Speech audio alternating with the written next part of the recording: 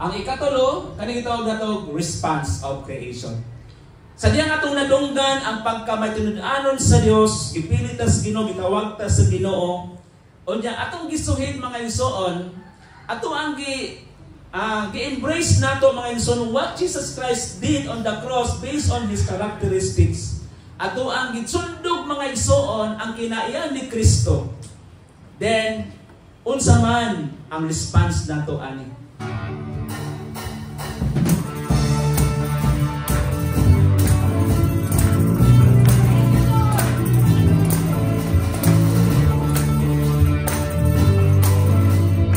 Okay, so ayun ang verse 10. Busa mangluhod ang tanang binuhat nga atuas sa langit. Kinsa day pagluhod? Atong tuas langit. Nya kinamo ta siyuta, luhod ta? Na po dayo? Sa ibabaw sa yuta. Sa ibabaw sa yuta. Langit. Okay.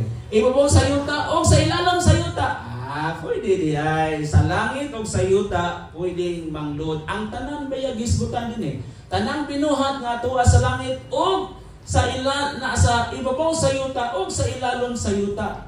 Sa pagpasidumog sa ngalan ni Jesus. Mao na nga karon nabuhat ba din nato?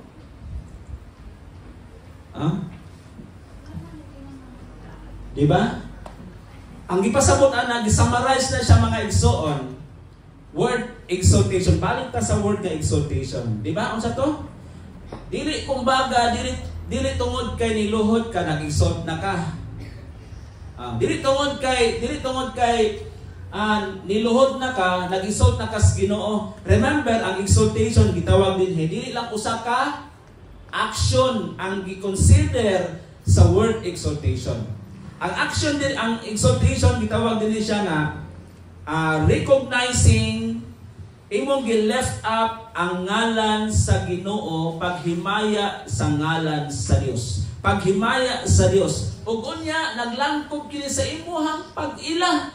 So meaning to say mga igsoon, wala ang pagluhod, wala lang diha taman ang pag-ila nato sa Dios. Amen. It's not like kneeling down ang atong ipaila mga igsoon. So kung nag-kneel ta diha, nagpaila ra na nga ikaw, nagtawag sa Ginoo. Pero wala diha na human ang istorya. It's not limit only kneeling. Kada di ay mulukso ta tungod sa kalipay. That is lifting the name of God. Kanang pagbayaw sa atong mga kamot mga igsoon. Kanang ato ang gi-worship ang Ginoo mga igsoon nga hari sa tanang mga hari. Higher than higher, that is still exaltation. Gi-emphasize na diha mga igsoon sa verse 10. Tungod kay gusto sa Dios nga atong ipatigbabaw ang ato ang respetar, ang atong reverence sa tinuod nga Dios nga nagbuhat sa langit ug sa yuta. Mao ni dapat makita. Di ba? Kung ang tawo muluhod, that speaks about under siya sa authority sa Dios. Diba niya? Under siya sa otoridad sa Diyos. Kung ang Diyos mo imong giludhan. Pero what if dili? Nakuha na to. Munang muluhod man tag sa dili. As long as ang imong kinaiya, ang imong kasing-kasing nag-left up sa pangalan sa Diyos, then it is approved unto God. Diba? Maon ni mga igsoon ang kinaiya nga tudluan ang mga worshipers. Munang John chapter 8. Tudluan ang mga magsisimba sa espiritu kamatuoran. Nga wala siya nakita. That's why sa pagsimba gani mga igsoon, dapat walay magsiga ng mata. Nga naman, ang Diyos espiritu. Nakakita ba kag-espiritu? Dito makakita kag-espiritu. Pero ang espiritu gipakasama sa usa ka hangin. Di ba? Nakakita ba kag naay hangin? Kisa nakakita? Wala ta makakita hangin. Pero nakabati ta nga naay hangin. Nakafeel ta nga naay hangin, di ba? Ingon ana ang Dios, when we worship God, let us focus on the heavenly things. Muna si Apostle Paul keeps on reminding us. Kanunay siyang nagpahimangno kanato Itutok ang imong mga mata sa mga butang nga dili makita. Kay ang tanang mga butang nga makita mga igsoon, dili tinuod, apan ang mga butang nga dili makita, maunay tinuod. Ang tanan nga mga butang nga imong makita mga igsoon, mga hanaw ra man na. Pero ang mga butang ay imong gituhuan nga wala nimo makita, kani siya mo reveal nimo hangtod sa imong katapusan sa kinabuhi. Mo ni mga igsoon, mo nang gi-remind ang mga tao nga mo-worship tas Ginoo. Bisag unsay status imong kinabuhi, bisag unsay kondisyon sa imong kinabuhi, bisag unsay imong gibati, pasalamatan nimo ang Ginoo. Imong simbahon ang Ginoo mga igsoon, unsa man ang ato ang situation sa atong kinabuhi. May suporta man ka or wala. Kaya ang ato ang big supporter ang Dios. Palakpakan nato si Lord. Hallelujah. Wala na human ang programa sa Ginoo. That's why dapat kita di punta mo human og respond sa Dios. Hallelujah. Ikaduha, kanang gitawag sa verse 10, wala siya gitawag na to call of worship. Specific lang sa verse 10, no? Call of worship. Nagpasabot na siya mga igsoon na kitang tanang gipang tawag na mudayeg sa Ginoo. Wala exemption. Wala exempted. No? Nung ingon ako sa ganiha sa a while ago, ningon ko nga simbahon na to ang Dios, bisan unsay situation nato, malipay no matag madili, kinahanglan nga walay makababag sa atong pagsimba. Tungod kay ang Dios mga igsoon, iyang gihatag ang iyang priority. Iyang gihatag iyang kaugalingon para nato, para nga ato siyang sundugon. Same as Apostle Paul did. Ingon siya, imitate me as I imitate Christ. No? Sundugan ninyo ako sa mga akong gisundog si Kristo mga igsoon. Hallelujah.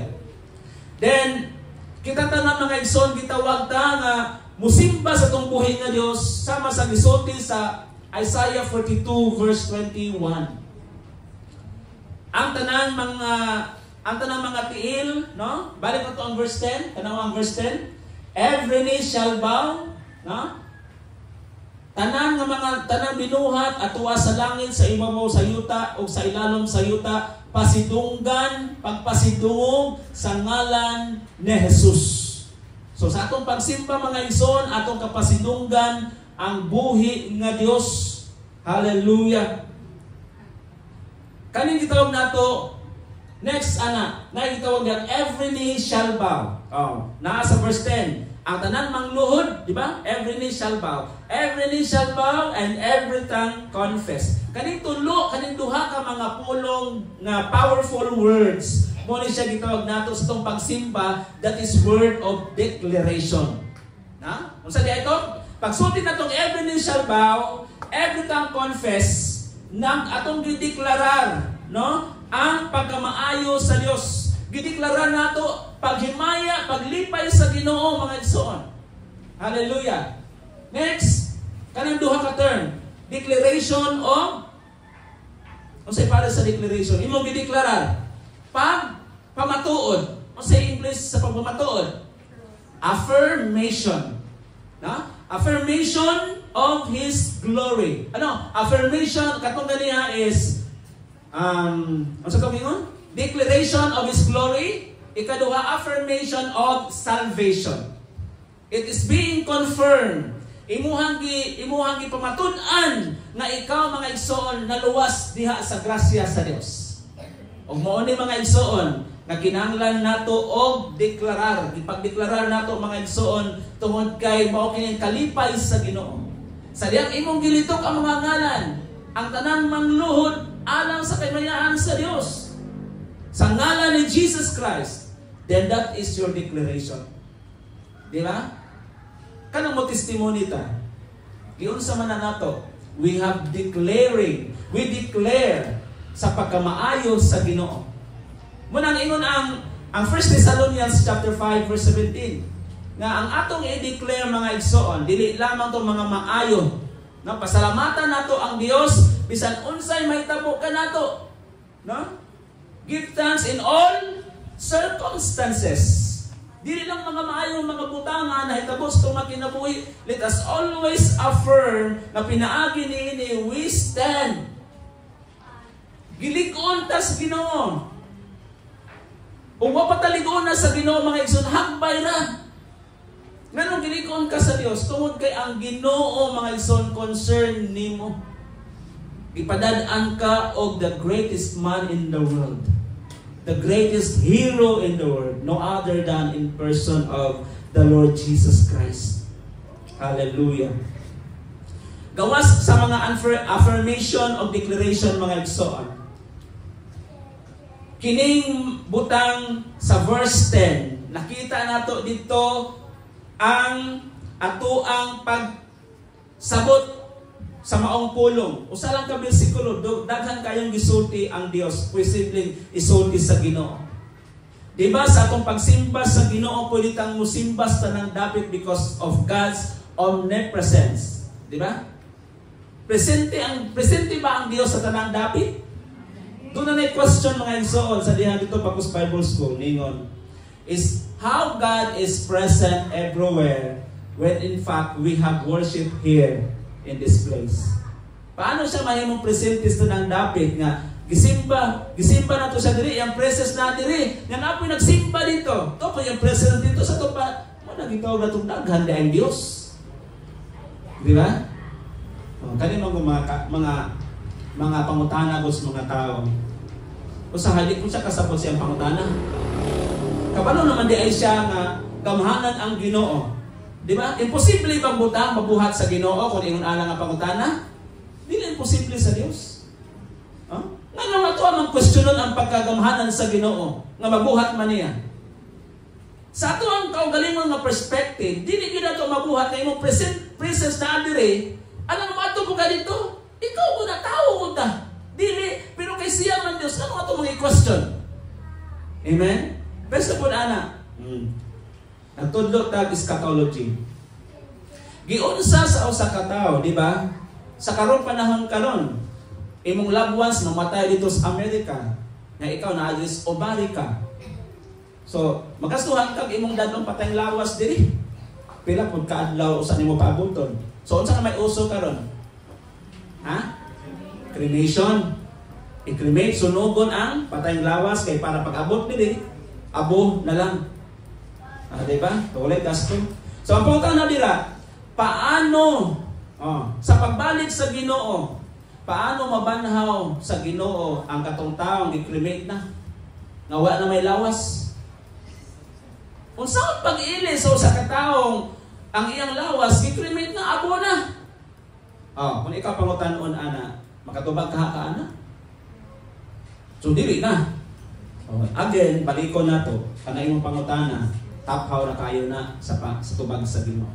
Ang tubag ana, dili nimo malalis, dili nimo ma-question, dili nimo masukod ang pagkagamhanan sa Dios.